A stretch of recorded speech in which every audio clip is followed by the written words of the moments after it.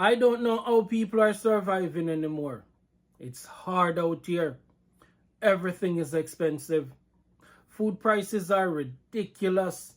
Rent is sky high and the bills keep coming.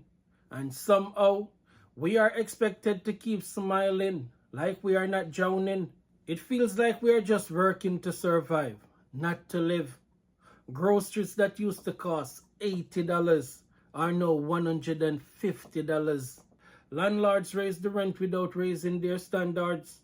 Minimum wage is a joke, and even people with good jobs are struggling to stay afloat. Gas, insurance, childcare, medicine, nothing is affordable anymore. People out here choosing between eating and paying bills. Some parents are skipping meals so their kids can eat, and the world just keeps spinning like everything is okay. It's not. People are exhausted, stressed, anxious, barely holding it together. So if you are doing your best and still feel like you're falling behind, you are not alone. The system wasn't built for us to win.